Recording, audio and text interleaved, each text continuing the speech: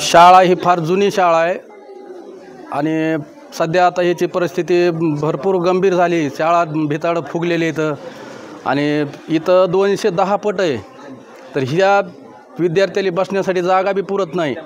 आता इथं जवळच आमच्या शेजारीच घागरवाड्याची शाळा पडली आहे आणि इथली सुद्धा पडणारच आहे। काय पाऊस आता सध्या नाही, पाऊस चालू झाला की भिंतीला करंट उतरतो, तर मग इथलं हे प्रशासन समजा ही शाळा पडण्याचीच वाट बघत जर असेल तर त्याला इलाज नाही। शेतकरी कुटुंबातली लेकरं इथं शिकत आहेत आणि कसं आहे, जर इथं काही हानी झालीच शाळा पडून तर ह्याला इथलं स्थानिक प्रशासन आणि शासन जबाबदार धरणार गाव हे।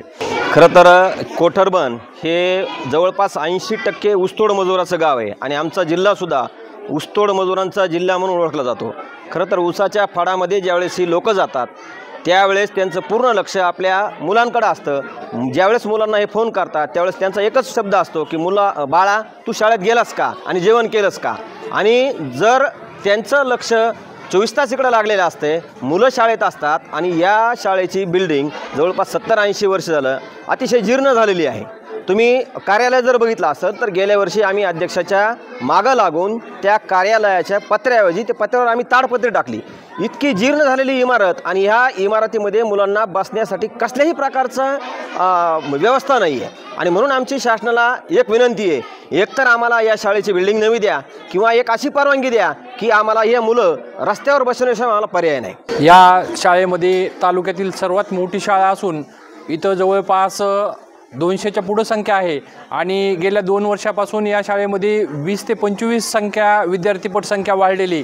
परंतु शाळेची अशी अवस्था आहे की आम्हाला विद्यार्थ्याला शिकवत असताना भिंतीकडं आणि पत्राकडं बघून शिकवावं लागतं आहे। आम्ही या विद्यार्थ्याला जो न्याय द्यायचा आहे किंवा जी गुणवत्ता वाढवायची याच्याकडे न लक्ष देता आम्हाला शाळेकडे बघावं लागतं आहे। आमची शाळा खूप जुनी आहे, ती आम्हाला कधी पडेल याची भीती वाटते।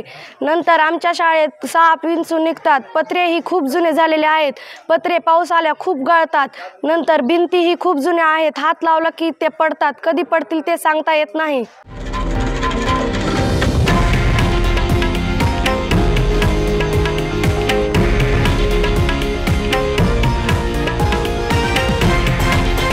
हे आहे देशातील नंबर 1 न्यूज नेटवर्क आणि आपण पाहत आहात TV9 मराठी, एकमेव।